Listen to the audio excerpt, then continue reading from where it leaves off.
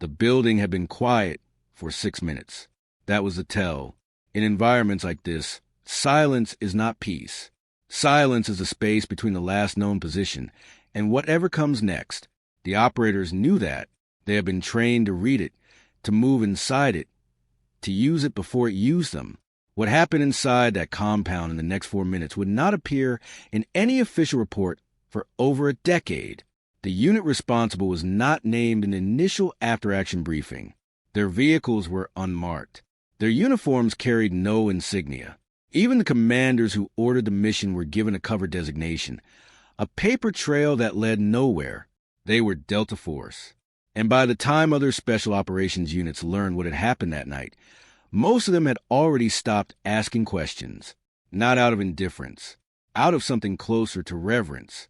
Delta Force, formerly known as 1st Special Forces Operational Detachment-Delta, was activated on November 19, 1977 by Colonel Charles Beckwith.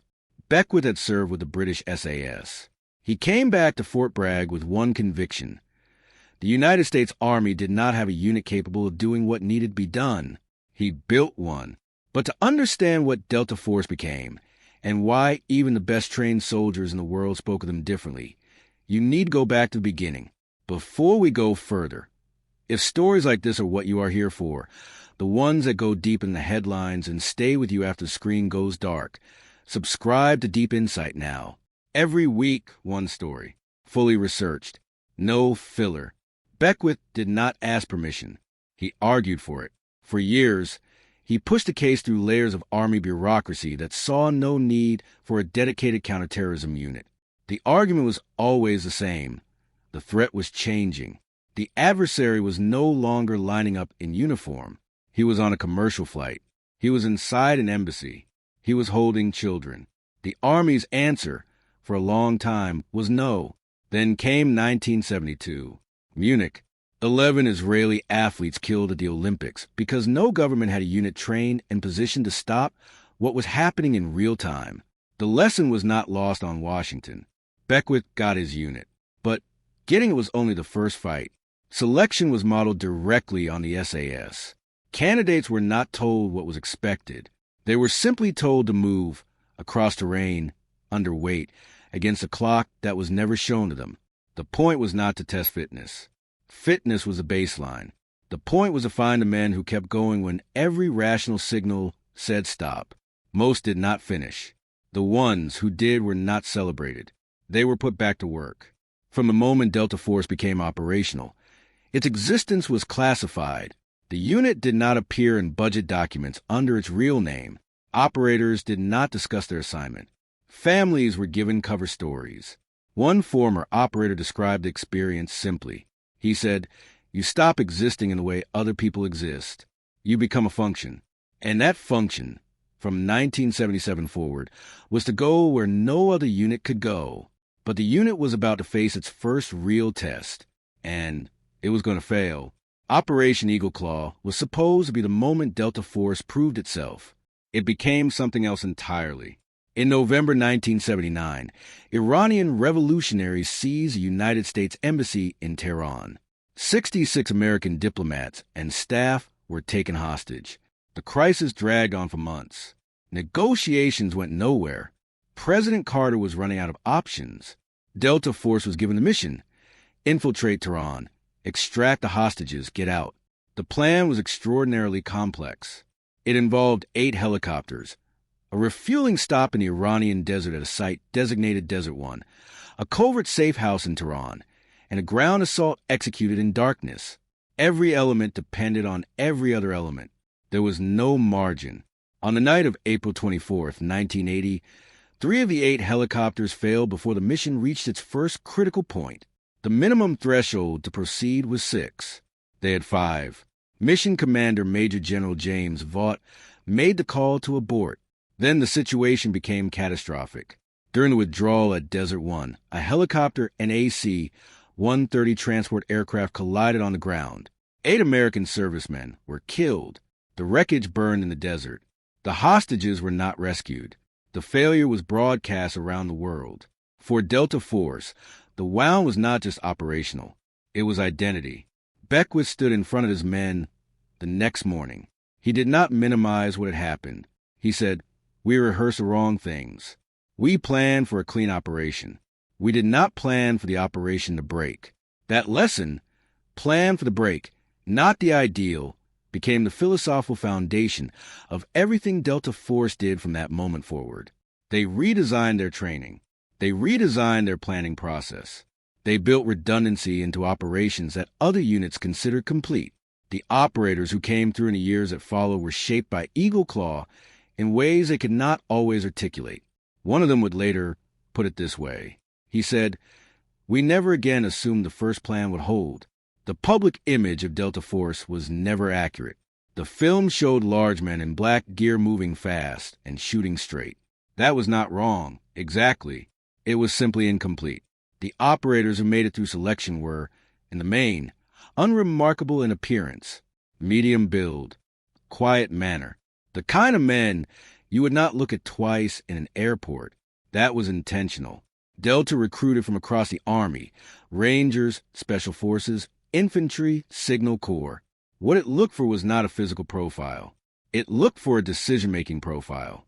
The question was always the same. What does this person do when the information runs out and the clock is still running? Operators trained in direct action, close quarters combat, explosive entry, hostage rescue. But they also trained in languages, in cultural context, in the mechanics of negotiation. A Delta operator sent into a denied environment needed to be able to solve the problem with a weapon, with words, or with patience, depending on which tool the situation actually called for. Former operators have described a culture that was almost deliberately anti-hierarchical. Rank mattered in administration. On the ground, it was largely irrelevant. The man with the best read of the situation was the man whose call stood. One operator described a training exercise in which a colonel deferred to a staff sergeant on a breach decision. Nobody in the room thought this was unusual. That culture, rank subordinated to competence, was a thing that made Delta different from almost every other military organization on Earth. It was also the thing that made certain generals deeply uncomfortable. The public record of Delta Force operations is, by design, incomplete. What is known comes from congressional testimony, declassified documents, former operator accounts published years or decades after the fact, and, occasionally, the operational details that surface in wrongful death suits or official inquiries. What emerges is a partial picture. Mogadishu, 1993. Delta Force operators were on the ground during the mission, later known as the Battle of Black Hawk Down. Their role was not the same as the Ranger element depicted most prominently in the public account. Delta operators were tasked with the direct action portion of the mission, the capture of senior figures from Mohammed Farah-aided's network. They reached their objective. They completed the snatch.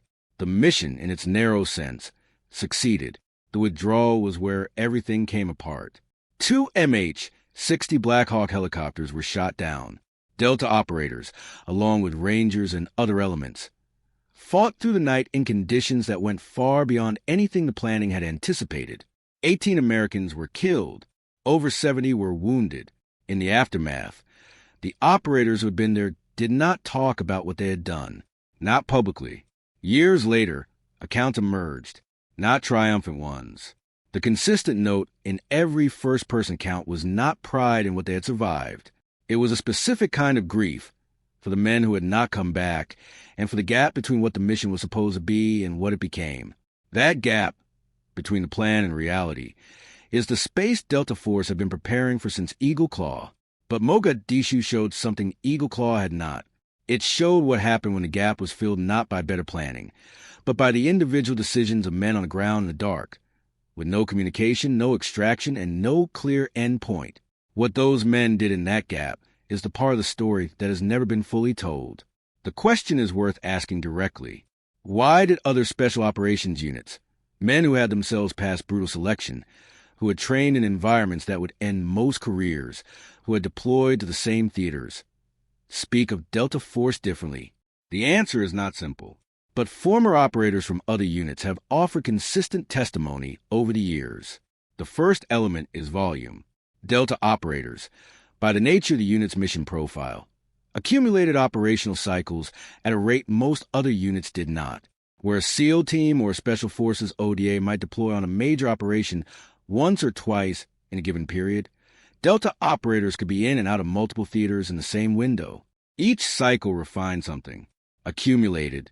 Those refinements became a kind of operational vocabulary that other units could see but not fully replicate. The second element is selection pressure. The Delta selection process was designed to remove the men who needed external validation to function. The operators who remained were, by design, people who could sustain performance in conditions of extended uncertainty without requiring reassurance. The third element is harder to name. It has something to do with what Eagle Claw and Mogadishu did to the unit's psychology.